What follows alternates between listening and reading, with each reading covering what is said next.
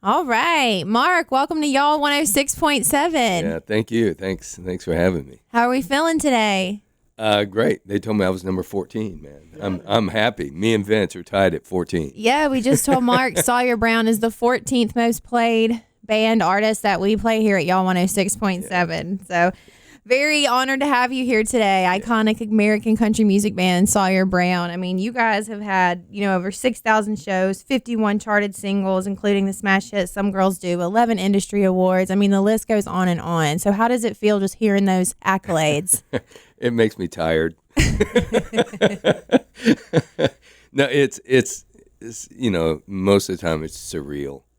I mean, we pull into an arena and we're sitting on the bus and we see all the billboards and stuff, and we still kind of can't believe, after 40 years, we're still getting to do it at this level. So it's pretty awesome. You just got to take it all in. Yeah, Never gets old, that feeling, I bet. We take it in now more than we did. Like in the early days, we were doing, 275 dates a year. So for the first 10 years. So, now we actually do a little more sightseeing. So far, is there any town that you've been to that's just like your favorite place to play? Oh, man.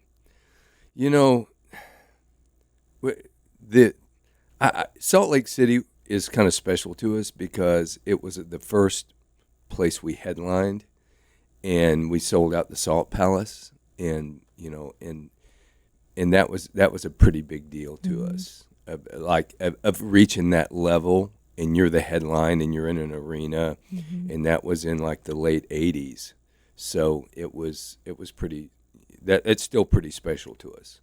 Yeah, that's really cool. But you guys are not slowing down anytime soon. A new album you just dropped in March, the Desperado Troubadours, and it's interesting that it was produced by Blake Shelton. I thought that was really cool. So how did that come about? Tell us about the creative process. Well, we knew that we had the 40-years coming up, and my brother who manages us, he just kind of came and said, "Hey, let's really blow out this 40." So we did a book. The book just came out, and we filmed a documentary that my daughter actually directed and produced along with Blake.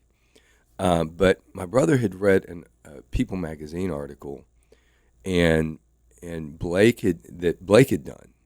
And he had said Sawyer Brown was his first concert, and The Race Is On was the first record he ever bought. So we contacted him, and he called me like within 5 minutes and says, "Hey, I'm in. I want to do this, absolutely." And then I went out and spent like a day with him in Oklahoma, like pre-production on the record. And it was pretty amazing because he is like a huge historian of our band. So it was like when we were in the studio, we knew we wanted to stay pretty true to our sound and just make another 90s record. And he really was great about, he like remembered stuff and remembered records that I had forgotten. So it was really, really cool. And he was great. And he was really into it. We recorded it here in Nashville, and he flew in with Gwen, and we camped out like for 4 days in the studio, from like sun up to midnight, and he was the first one at the studio every day, and the last one to leave. Oh, so, that's great. Yeah. Did you get to co-write any songs with Blake? No, we didn't, and he self-admittedly didn't write much anymore, and just to be honest, I was a little intimidated myself because I hadn't written in a few years, and kind of got back on the horse and started writing and kind of came up with this record. So Mac McAnally also contributed 3 songs, and Mac played on it, and Mac's kind of we call him the 6th Sawyer Brown member. So he came back and played on the record as well. You've co-written a lot of the band's songs, so I'm curious, how does that work when you decide which you're going to put on the album? Is it like a vote thing? How does that work? It's not really a vote. I think most of the songs really kind of stand out. When when you write one, and especially with us, we know if Hobie and I write one, we'll know if it's a Sawyer Brown song, and we'll know if it's not. And so they kind of, this is kind of cliche, but they kind of choose themselves. They kind of, like raise their hand and go, hey, I'm on the record. But we also will record stuff that doesn't make the record that we think did. But if it doesn't live up, it won't make the record. And over the years we've had some big hits with remakes. This Night Won't Last Forever, 6 Days on the Road, and The Race Is On. We over the years we've tried other remakes that no one ever heard because they weren't very good. So we do a lot of experimenting, and being a band, you can do that. You can just kind of experiment, but we only let people hear the good stuff. Well, you touched on, this new album having that kind of 90s country sound, and it's a lot of what we play here at Y'all. That's such an iconic era and still one of the most played eras of music today. And why do you think that is? What's so special about, that 90s sound? Man, I've tried to kind of put my finger on it. And I think it's a combination of things. I think the 90s were just a great time in America. So people have this great, like, this comfort, place in their hearts and their minds, and it was the 90s. And I also think, out of that, there was country music was at its prime. There was Shania and Garth and Alabama and big acts that came out of there, and country music was the number one genre of any music form. And we sold all of us sold a bunch of records, and it was just a good time, and I think it was so impactful that it still lingers today. Mm-hmm. Well, we love it, that's for sure. So, but you didn't grow up writing songs. You were a basketball star. You were an athlete, and it was college, if I'm understanding correctly, when you started picking up music. So how did you find your way into that?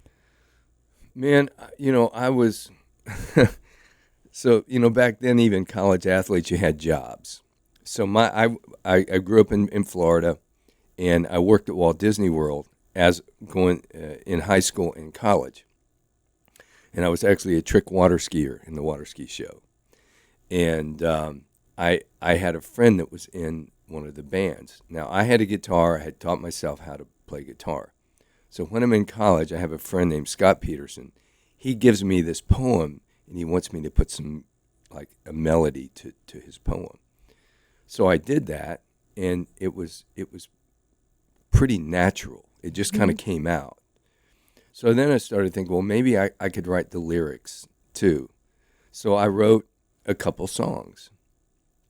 So I played them for my friend who was in a band at Disney. And he didn't believe that I wrote the songs, because he was going, yeah, Mark Miller, the jock, has written a couple songs. And then he said, well, who's that singing? And I said, well, that's actually me. And he didn't believe me. And so he goes, well, I want to hear, like, well, let me hear some of your earlier stuff. Mm-hmm. And I said, well, this is it. I just wrote these last week. And anyway, he didn't believe me. He said, well, write a couple more this week. So I did. So I brought him in a couple more. And he kind of got upset. And he said, man, I've been doing this like my whole life. And I can't do, right now I can't do what you just did in 2 weeks. And that was in February. So by March I had written 10 songs, and my brother talks me into coming to Nashville on spring break. So I come to Nashville, and I'm just start knocking on doors and playing my tape. I just have this tape that I've made. But what freaked me out was everyone took me serious. That's, because I'm just a kid. I surf. I got long blonde hair. I got flip flops on, and a suntan, and I'm like, wow. But all of them said, you have to be here. And I even Tony Brown had just started RCA Records, and I somehow got in to see Tony. And like Tony was like, talking about putting a band together for me and stuff. And Hobie and I, our keyboard player, he and I have known each other since the 8th grade. So he came with me. So we came together, and we went back home, and I worked, finished out my year at that was my junior year, worked all summer, and my mom just said, hey, we were at dinner one night, and she said, why don't you go to Nashville and give it a shot? Now, my mom was adamant about me finishing college. So all of a sudden, my mom's given me like permission to go on an adventure. And there wasn't even a thought about making it. It was just a thought about, I went and talked to my coach. He said, red shirt this year, go give it a shot. And then, so I did. And it was really no thought of becoming, actually doing this. It was just my mom gave me permission to go on an adventure, and that was it. That was what you needed. Yeah. Well, I think that Mom would be proud. I think it turned out all right for you. Yeah. How was Nashville like, coming into town then, knocking on doors versus now? I mean, it's steadily grown so much, but I imagine back then it might have even been harder. Well, I think it was harder, but at least you kind of knew there was some direct access. So all the record companies were on 16th and 17th Avenue, and they were in like houses, so and I think it was more compact. So I kind of think you could get around and get more done. Now it's everybody has their posses and their camps and all that. And back then, the first night I came to town, I went to the Exit Inn, and Dean Dillon got up, and he had just written a song, and he played Unwound that George Strait recorded. And honestly, I'm thinking I'm just going to go back home. This is unbelievable. I mean, I'm just sitting there, and Dean was so cool. He had his hat pulled down, his hair was long. Oh, yeah. He was just cooler than cool. I'm like, and he was, young and hip and cool, and I thought, golly, that's the deal right there. And but that's the way it was. And then I became great friends with Dean, but I feel like you could do that then. Everybody was hanging out, trying to make it, trying to get things going, and there was a lot of help too. I don't even know if anything that when people ask me for advice today, I don't even know if I have any advice that's relevant because it was so different. And most of the breaks I got were from friends, from Vince Gill to Dean Dillon to Becky Foster, was a writer. Linda Hargrove was a writer. Marshall Chapman, Marshall gave us Betty's Being Bad. Becky Foster's husband, Bill LaBounty, gave me 2 songs. He was from L.A. He was a great writer for our first album and that we had big hits with. So a lot of that was just from relationships and friendships that really help you get to the next, I wouldn't even say level, but just next spot to keep you from going home. Absolutely. I mean, they keep say you from leaving. Surround yourself with people you want to be like. Yeah. It is still very much a relationship town. Yeah. Speaking of relationships, your relationship with Casting Crowns. Yeah. You produced their album. You discovered the band. I mean, that's amazing. How did that happen?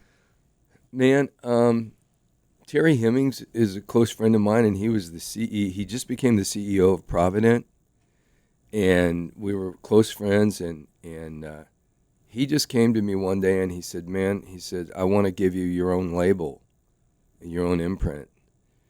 And I'm really close with Terry, and I said, "Man, you're not gonna keep your job very long," because I really didn't know any. I mean, I'm a true born again Christian. Got saved when I was 13 at church camp. And he just came to me and said, listen, you know all about music. And he goes, I love your Christian integrity. I'm giving you this label. He said, go find some acts and sign them. And I was on a basketball visit, taking one of my, I still coached and I have an AAU program. I was taking one of my players to Flagler College in Florida. And one of the guys on the basketball team walks up and hands me a CD of Casting Crowns. He said, this is my praise and worship band. And he said, they're the best band in the world. And that was in Daytona. They were in Daytona Beach. And he handed me that tape. And I played that tape. Me and Stephen Curtis Chapman and my brother and Terry were on spring break together. And I played him If We Are the Body. And Terry said, call him, sign him. So I did, and so I've been, I've produced all their records. They're on my label, and it's been a true blessing for me just to be able to get to walk with them through this journey. They just now crossed 20 years, so that's pretty incredible as well. That is so special. I mean, they've got to be one of the top selling Christian bands in the world. Yeah. So very, very cool. Yeah. So what's next for you? What's next for Sawyer Brown? Are you playing the Opry coming up? Yeah, we're playing the Opry coming up. I think the 10th. I think it's the 11th. The 11th. Brian, can we confirm? Okay. It's April 11th. Sawyer Brown at the Grand Ole Opry. Is that a Thursday? I think or something. Yeah. No, that I don't know. So yes, we're doing that. And the reason I don't know, my son's getting married this coming weekend, so everything's that's a big deal. Everything's just kind of upside down. But he's getting married, and then we have like a 100-city tour. We're touring all of North America and Canada, and we'll tour till December the 21st. The documentary's coming out later this year. The book came out. The album came out. So we're full tilt. Yeah, you got your hands full. Yeah. So speaking of your son, what's life like when you're not on the road? Is this your first child to get married? No. My daughter has two boys, and so I'm a grandfather. So Jack and Eli are 4 and 6, and Madison went to Vanderbilt and graduated, and went to law school, but she went straight from law school into production. So she has a TV show, and she produced and directed our videos in this documentary. My son is a doctor. He is a radiologist, and so he is doing his residency in Memphis. And then I have an adopted son who plays professional basketball, and he's in Europe. Oh, wow. And he's in right now he's in the Euro Cup semifinals. Oh, wow. So I just got back from France, being with him for a couple weeks and catching some of his games. So. Yeah, life is good, and it's busy and full. Very good. What a blessing. Yeah. Well, thank you so much for hanging out with us today at YALL 106.7, and we can't wait to come out and see a show this year.